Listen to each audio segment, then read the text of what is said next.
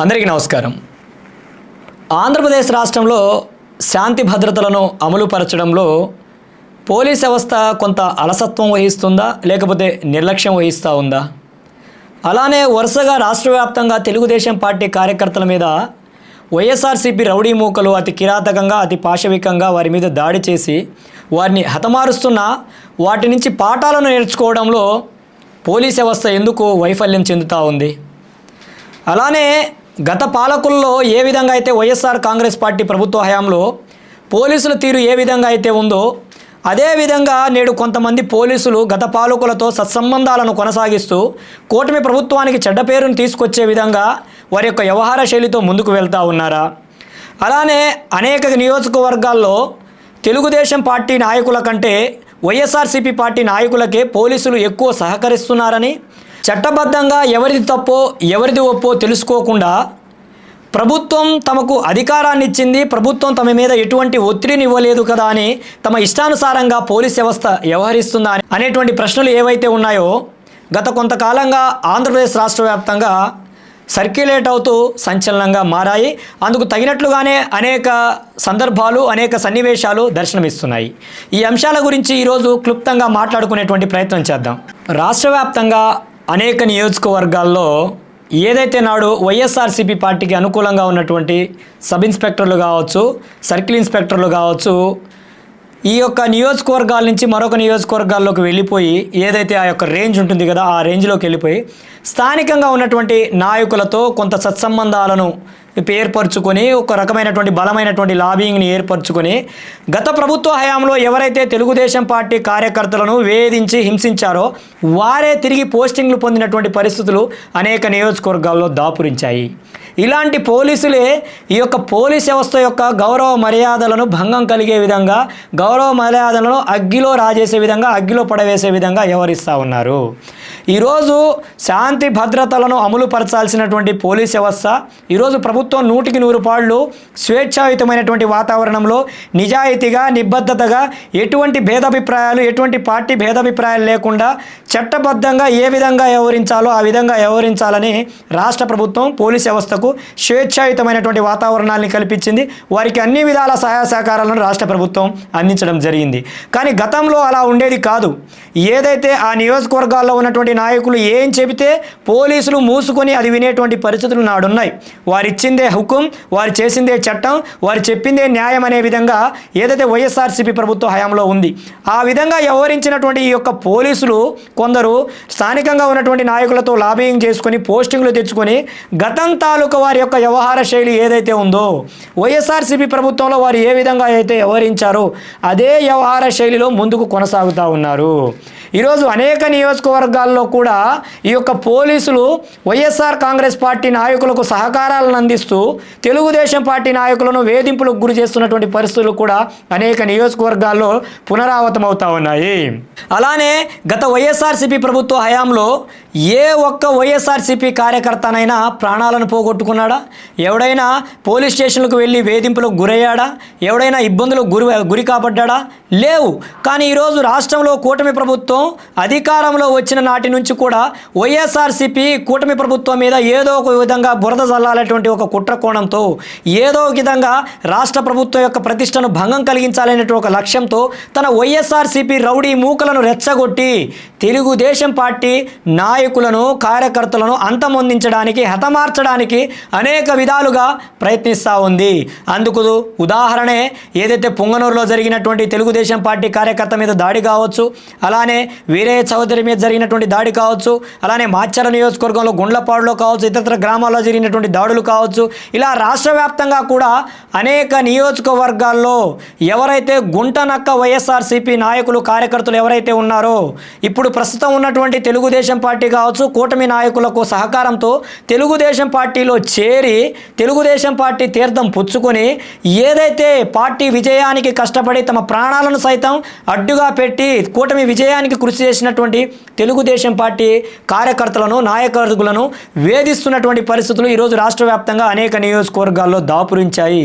ఇది 100% స్థానిక ఎమ్మెల్యేల యొక్క విఫలంతోనే జరుగుతూ ఉందనేటువంటి సమాచారం ఈరోజు రాష్ట్ర ప్రభుత్వానికి గౌరవ ముఖ్యమంత్రి నారా చంద్రబాబు నాయుడు గారికి కూడా స్పష్టంగా తెలుసు. అందుకు తగినట్లుగానే ప్రతి సందర్భంలో కూడా శాసనసభ్యులకు అలానే నాయకులకు హెచ్చరికలను జారీ చేస్తూ ఎవరు ఏ తప్పిదానికి పాల్పడ్డా చర్యలు చాలా కఠినంగా ఉంటాయనేటువంటి హెచ్చరికలను కూడా ఎప్పటికప్పుడు నారా చంద్రబాబు నాయుడు గారు, ఆంధ్రప్రదేశ్ ముఖ్యమంత్రి వర్యులు, అలానే లోకేష్ బాబు గారు కూడా చాలా స్పష్టమైనటువంటి ఆదేశాలను శాసనసభ్యులకు జారీ చేస్తూ ఉన్నారు. పోలీసులు కూడా తమ వ్యవహార శైలిని మార్చుకోవాల్సినటువంటి అవసరం ఉంది. ఇది వైఎస్ఆర్సీపీ ప్రభుత్వం కాదు, కూటమి ప్రభుత్వం. ప్రజలచే, ప్రజలకై, ప్రజల కొరకు ఎన్నుకోబడిన ప్రజాప్రభుత్వం. నిజాయితీగా, నిబద్ధతగా, ఎటువంటి తప్పిదాలకు తావు లేకుండా స్వేచ్ఛాయుతమైనటువంటి వాతావరణంలో చట్టబద్ధంగా తప్పు చేసిన వారు ఎవరైనా సరే, అది తనవారా, పరాయివారా, మనవారా, ఇంకొకరా అనేటువంటి భేదాభిప్రాయాలు లేకుండా వారి మీద కేసులను బనాయించి కూటమి ప్రభుత్వం జైళ్లకు పంపిస్తున్నటువంటి పరిస్థితులు ఈరోజు రాష్ట్ర వ్యాప్తంగా మనం చూస్తూ ఉన్నాము.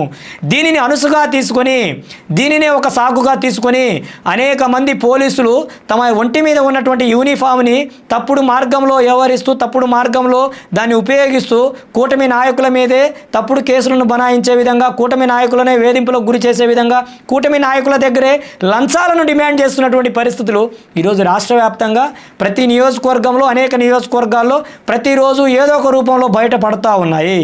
రాష్ట్ర ప్రభుత్వం కూడా, రాష్ట్ర హోంమంత్రి వర్యులు కూడా ఈ అంశంలో కొంత లోతైనటువంటి విచారణ జరిపి గత ప్రభుత్వ హయాంలో ఎవరైతే యాక్టివ్గా అరాచకాలకు, అక్రమాలకు వంత పలికినటువంటి పోలీస్ అధికారులు ఎవరైతే ఉన్నారో వారిని వారి విధుల నుంచి తొలగించి ఇతర విభాగాల్లో వారితో విధులను చేయించుకోవాల్సినటువంటి అవసరం ఉంది.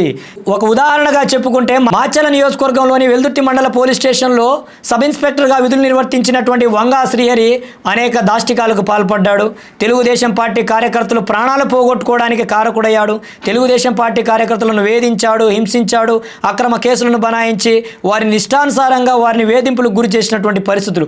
అలాంటి వంగా శ్రీహరికి ఈరోజు కూటమి ప్రభుత్వంలో కూడా ఈరోజు పొన్నూరు సబ్ ఇన్స్పెక్టర్గా విధులు నిర్వర్తించేటువంటి అవకాశాన్ని కూటమి ప్రభుత్వానికి తెలియకుండానే ఏదైతే లోకేష్ బాబు గారికి సంబంధించినటువంటి రెడ్ బుక్లో పేరు స్థానాన్ని సంపాదించుకున్నటువంటి ఈ వంగా శ్రీహరి కూడా తిరిగి పోస్టింగ్ తెచ్చుకోగలిగాడంటే మరి ఎటువంటి సంకేతాన్ని ఈరోజు ప్రజలకు కావచ్చు, కూటమి నాయకులకు కావచ్చు, కూటమి కార్యకర్తలకు ఈరోజు స్థానికంగా ఉన్నటువంటి శాసనసభ్యులు ఇవ్వదలుచుకున్నారో నాకైతే అర్థం కావడం లేదు.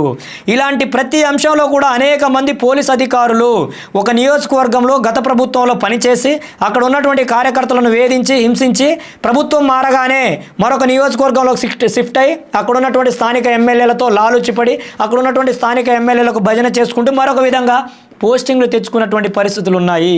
ఈరోజు పోలీస్ వ్యవస్థ ఇదే విధంగా అలసత్వాన్ని కొనసాగిస్తే, అలసత్వాన్ని ప్రదర్శిస్తే రాబోయేటువంటి రోజుల్లో ఈ రాష్ట్రంలో ఉన్నటువంటి శాంతి భద్రతలకు తీవ్ర విఘాతం కలిగేటువంటి అవకాశం ఉంది.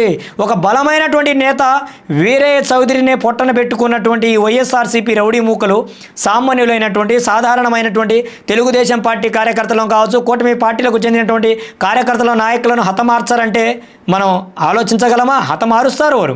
వారి పార్టీ రూపొందించబడిందే శవాల మీద కదా, వారి పార్టీ కొనసాగిందే రక్తపు టేరులలో కదా.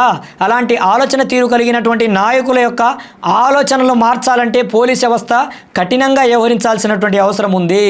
ఈరోజు అనేక మంది పోలీసులు యూనిఫామ్ని ధరించి కూటమి ప్రభుత్వం అధికారం ఉందని తెలిసి కూడా వైఎస్ఆర్సీపీ నాయకులకు మద్దతు తెలుపుతూ గ్రామాలలో శాంతి భద్రతలకు విఘాతం కలిగే విధంగా వారి యొక్క సహాయ సహకారాలను అందిస్తున్నారు, వారికి అందేటువంటి ముడుపుల కోసం.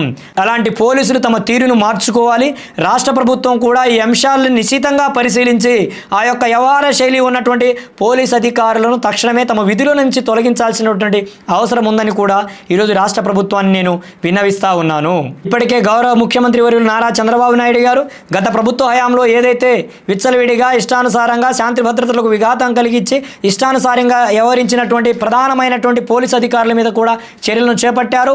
ఈ యొక్క సబ్ ఇన్స్పెక్టర్ల మీద, సర్కిల్ ఇన్స్పెక్టర్ల మీద కూడా చర్యలను చేపట్టాల్సినటువంటి అవసరం ఉంది. ఎందుకంటే గ్రౌండ్ లెవెల్లో పనిచేసేటువంటి అధికారులు వీరే కాబట్టి గ్రౌండ్ లెవెల్లో శాంతి భద్రతలను కాపాడాలన్నా, విఘాతం చేయాలన్నా వీరి చేతుల్లోనే ఉంటుంది. కాబట్టి గత ప్రభుత్వంలో ఇష్టానుసారంగా వ్యవహరించినటువంటి పోలీస్ అధికారులు ప్రస్తుతం పోస్టింగ్లో ఉన్నటువంటి పోలీస్ అధికారులను గుర్తించి వారి మీద చర్యలను చేపట్టాలి. అలానే కూటమి నాయకులను కాపాడుకోవాల్సినటువంటి బాధ్యతలు కూడా ఈరోజు స్థానికంగా ఉన్నటువంటి శాసనసభ్యుల మీద ఉంది. ఈరోజు కూటమి ప్రభుత్వం అధికారంలో వచ్చిందంటే, కూటమి ప్రభుత్వానికి సంబంధించినటువంటి శాసనసభ్యులు గెలిచారంటే ప్రతి కార్యకర్త తమ ప్రాణాలను పణంగా పెట్టి ప్రాణాలొడ్డి పోరాటం చేశారు కాబట్టి ఈరోజు మీరు శాసనసభ్యులుగా గెలుపొందడం జరిగింది. కార్యకర్తలను కాపాడుకుంటేనే రాబోయేటువంటి రోజుల్లో తిరిగి మీరు ఎమ్మెల్యేలుగా గెలిచేటువంటి అవకాశం ఉంటుంది. అంతేకాని ఈరోజు ఎమ్మెల్యేలు అయిపోయాం, గెలిచాం కదా, ఇక కార్యకర్తలతో ఏం పని, నాయకులతో ఏం పని అనుకుంటే రాబోయేటువంటి రోజుల్లో తీవ్ర పరిణామాలను కూడా కార్యకర్తల దగ్గర నుంచి, నాయకుల నుంచి, అలానే పార్టీ అధిష్టానాల నుంచి మీరు ఎదుర్కోవాల్సి ఉంటుంది. కాబట్టి మీకోసం, మీ గెలుపు కోసం, మీ విజయం కోసం ప్రాణాలను పణంగా పెట్టి పోరాటం చేసినటువంటి ప్రతి కార్యకర్తను గుర్తుపెట్టుకొని వారికి రక్షణ కవచంలా నిలబడండి. వారిని ఆర్థికంగా, రాజకీయంగా, సామాజికంగా వారి వంతు అభివృద్ధి పదంలో వాడు అడుగులు వేయడానికి తోడ్పాటును అందించాలని కూడా రాష్ట్రంలో ఉన్నటువంటి కూటమి ప్రభుత్వంలో ఉన్నటువంటి ప్రతి శాసనసభ్యుడికి కూడా నేను పిలుపునిస్తా ఉన్నాను. అలానే రాష్ట్ర వ్యాప్తంగా ఉన్నటువంటి పోలీస్ వ్యవస్థ కూడా తమ తీరును మార్చుకొని శాంతి భద్రతలకు ఎక్కడ విఘాతం కలగకుండా, శాంతి భద్రతలకు ఎవరు విఘాతం కల్పించినా వాడు ఎంతటి వాడైనా సరే వారి మీద కఠినంగా వ్యవహరించాల్సినటువంటి అవసరం ఉందని కూడా ఈరోజు రాష్ట్ర డీజీపీ గారికి, రాష్ట్ర హోంమంత్రి గారికి కూడా నేను వినవించుకుంటా ఉన్నాను. తప్పకుండా రాబోయేటువంటి రోజుల్లో ఎటువంటి హత్యా రాజకీయాలు లేకుండా, ఎటువంటి మారణ హోమం లేకుండా శాంతియుతంగా ఈ రాష్ట్రం అభివృద్ధి పదంలో ముందుకు అడుగులు వేయాలని మనమందరం ఆశిద్దాం. గౌరవ ముఖ్యమంత్రి వర్యులు నారా చంద్రబాబు నాయుడు గారి ఆలోచనలకు అనుగుణంగా ఈ రాష్ట్రం అభివృద్ధి చెందుతుందని మనమందరం దృఢంగా సంకల్పిద్దాం. జై భీమ్, జై భారత్, జై హింద్.